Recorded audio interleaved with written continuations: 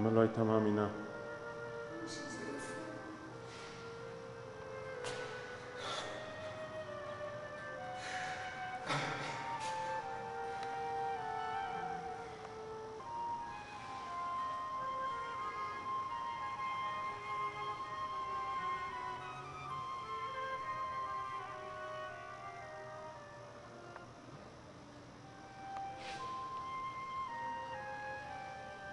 מדהים.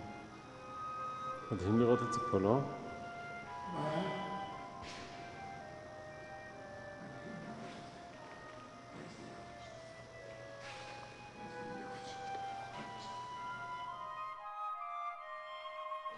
That's okay. You can enter the picture.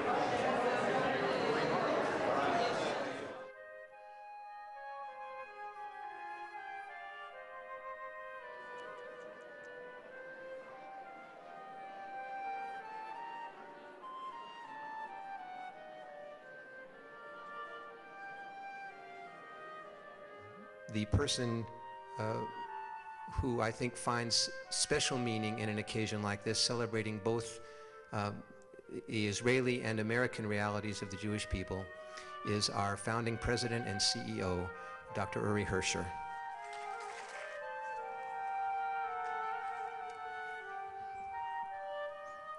So for me, this is a remarkable moment to celebrate Sivan and her works in her home, a home that Mina and I shared for many years with Ziva and Uzi and her children, and I will introduce Uzi, Sivan, and Ehud in a minute. It's an emotional moment for me. It's everything that a child dreams of, that someday the child who was welcomed by others will have an opportunity to welcome you. Ziva Sivan was 12 years old when the State of Israel was born. And there's no place that she could have found the fulfillment that she found but to live in the State of Israel, to marry a remarkable man in the State of Israel, to give birth to 3 absolutely remarkable children, and to live to enjoy the birth of grandchildren. Isn't it wonderful to meet parents through their children? To meet them through their children. What a gift.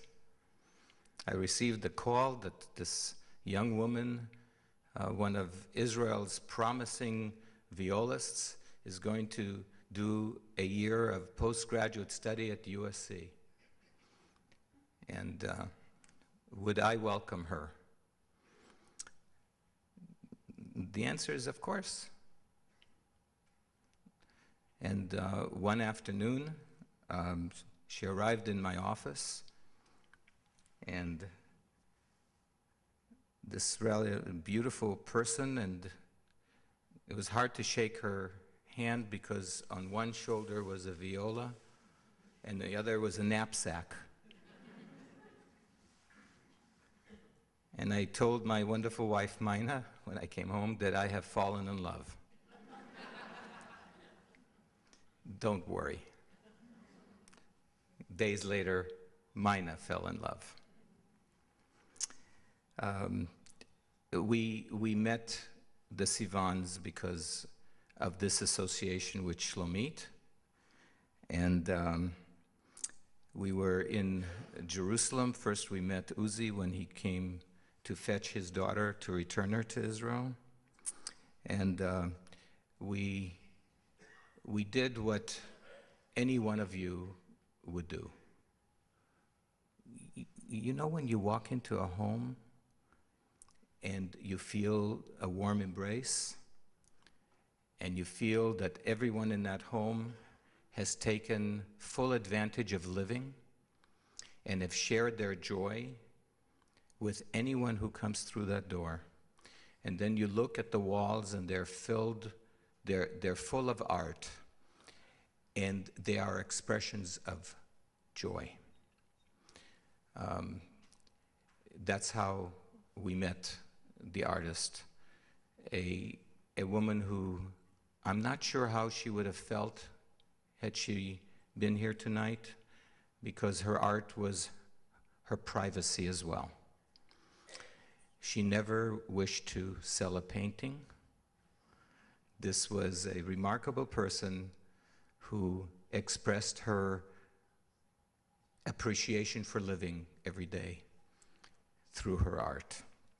And so, Uzi, thank you so much for making all of this possible. Would you and Ehud please rise?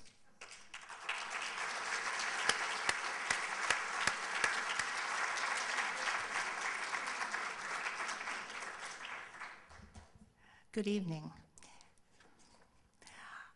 In October 2006, can everybody hear me?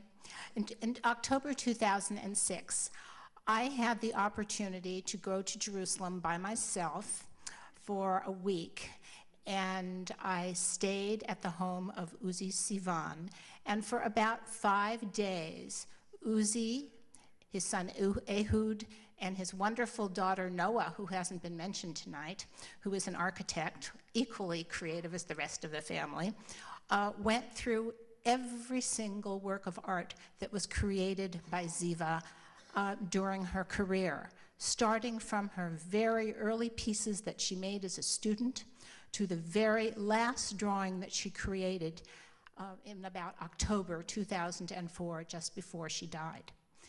And it was definitely a challenge selecting. In fact, at one point, Uzi said, why don't you just take down all of the exhibits at the Skirball and let's put up hundreds of pieces by Ziva?